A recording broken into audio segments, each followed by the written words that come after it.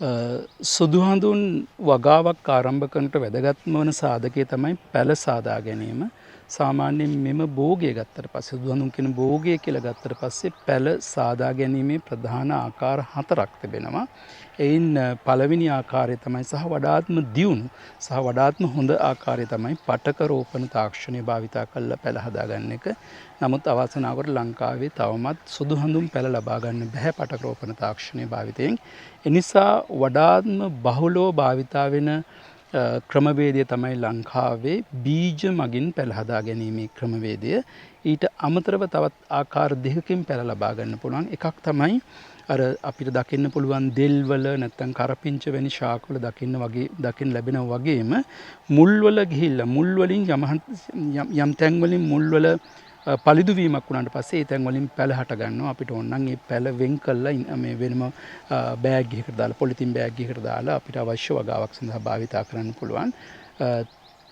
ඊට අමතර වෙන සිව්වෙනි ආකාරය මම ආකාර තුනක් මේ වෙනකොට සඳහන් කර එකක් තමයි පටක රෝපණ තාක්ෂණය භාවිතා කිරීම, දෙවෙනි එක බීජ භාවිතා කිරීම, තෙවැන්න තමයි මුල් වලින් එන පැළ ලබා ගැනීම, හතරවැන්න තමයි යම්කිසි ආකාරයකින් සුදු හඳුන් ශාකයක කඳ කැඩීමට ලක් වුණොත් හෝ මේ කපා දැම්මොත් එහෙම එතනින් පැළ මතුවෙනවා. මේ තියෙන එවැනි ලක්ෂණයක් අපිට දකින්න පුළුවන්. මෙතන තියෙන මේ ප්‍රධාන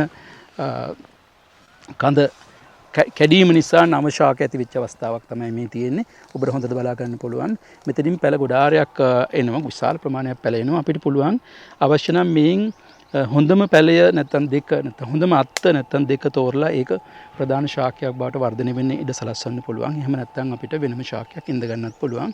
අර මම කිව්ව මුල් වලින් පැළවෙන එකක් තමයි වෙන්නේ මේ තියෙන්නේ. මේ ශාකයේ මුල් වලින් අර ශාකයේ මුල් වලින් ඇවිල්ලා පැළවෙච්ච ශාකයක් තමයි මේ තියෙන්නේ. මේ ශාකයත් අපිට මෙහෙම වර්ධනය දෙන්න පුළුවන්. හෝ එහෙම නැත්නම් මුල්ම කුඩා කාලයේදීම මේ ශාකය වෙන් කරගෙන පොලිතින් බෑග් එකක සිටුවගෙන වෙනත් තැනකට අරන් ගිහිල්ලා වගා කරගන්න පුළුවන්. කොහොම වුණත් ලංකාවේ දැනට භාවිතාන ප්‍රධානම ආකාරය තමයි බීජ මගින් පැළ ලබා ගැනීම. මෙතෙන්දී වැදගත් වෙන සාධක කීපයක් තිබෙනවා. මේ සාධක ටික මම පැහැදිලිව සඳහන් කරන්නම්.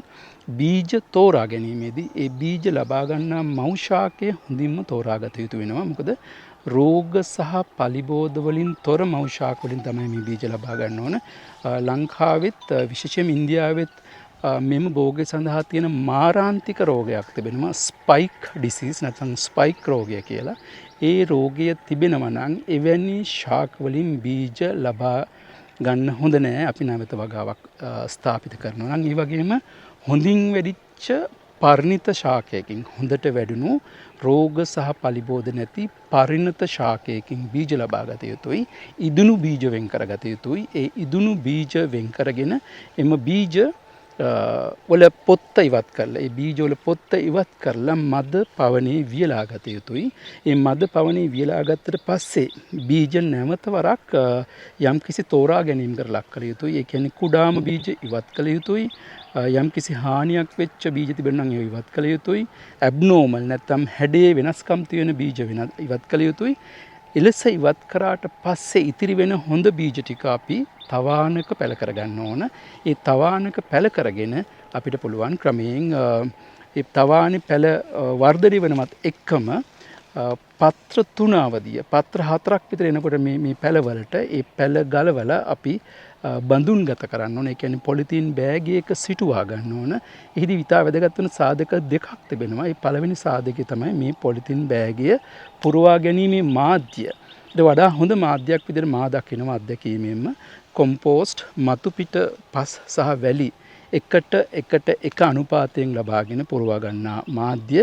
ඒ මාධ්‍යයේ සිටුවීමට පෙර එලෙස පුරවාගත් බෑගේ මාධ්‍යයෙන් පුරවාගත් බෑගේ සිටුවීමට ප්‍රථම එම බෑගය තුලට අපි අනිවාර්යයෙන්ම හඳුන්වා දිය යුතුයි ධාරක ශාකයක්. ඒ කියන්නේ ප්‍රාථමික ප්‍රයිමරි හොස්ට් කියලා අපි කියන මේ ප්‍රාථමික ධාරකය. ඒ කියන්නේ මුල්ම කාලයේ මේ ශාකයට වැඩිම සඳහා ආධාරණ කරන ධාරක ශාකයට තමයි අපි කියන්නේ ප්‍රයිමරි නැත්නම් ප්‍රාථමික ධාරකය කියලා. එවැනි ශාක ගොඩාරයක් අපි මේ වෙනකොට හඳුන්වාගෙන තියෙනවා. එයින් එකක් තමයි මල් මුකුණු වැනි ශාකය. එහෙම නැත්නම් අපිට භාවිතා කරන්න පුළුවන් අඬන හිරිය ශාකය. මෙවැනි ශාක විශේෂයෙන්ම රනිල කුලයේ ශාක නම් වඩාත් හොඳයි. මෙවැනි ශාක කිහිපයක් අර බෑගිය තුල සිටුවාගෙන ඉන් අනතුරුව තමයි අපි සුදු හඳුන් පැලය මෙම බෑගිය තුල සිටුවා ගන්න ඕන. මෙහෙම සිටුවගෙන ඉන් අනතුරුව මෙය අපිට මාස 6ක් විතර වගේ යනකම් කාලයක් යනකම් මේ බෑගිය තුල මේ පැලේ වර්ධනය වෙන්න දෙන්න ඕන. ඒ කියන්නේ අඩි එකහමාරක් පමණ උසට වර්ධනය වුණාට පස්සේ පුළුවන් අපිට ශේෂ්ත්‍රයේ සිටවන්න ගන්න. නමුත් මේ කාලය තුල ඒ කියන්නේ තවානී සිට මේ බෑගිය සිටවන කාලය තුල ඉතා වැදගත් වන කාරණා කීපයක් තිබෙනවා. පළවෙනි එක තමයි තවාන තුල බොහෝ රෝග ඇති වෙන්න පුළුවන්. ඒ අතර බහුලම රෝගය තමයි ෆයිටොප්තෙරා මුල්කුණු වීමේ රෝගය. ඒ වගේම තව රෝගයක් තිබෙනවා ෆියුසාරියම් මුල්කුණු වීමේ රෝගය සහ ඇතැම් විට ඇන්ත්‍රැක්නෝස් කියන පත්‍රවලට හටගන්නා රෝග. මේ රෝග වළක්වා ගැනීම සඳහා අපිට සාමාන්‍යයෙන් කරන්න පුළුවන් පිළිවෙත් ටිකක් තිබෙනවා. ඒ අතර වඩාත්ම වැදගත් වෙන්නේ සති දෙකකට සැරයක් නැත්නම් මාසයකට සැරයක් විතර රෝග තිබුණත් නැතත් යම්කිසි ආකාරයක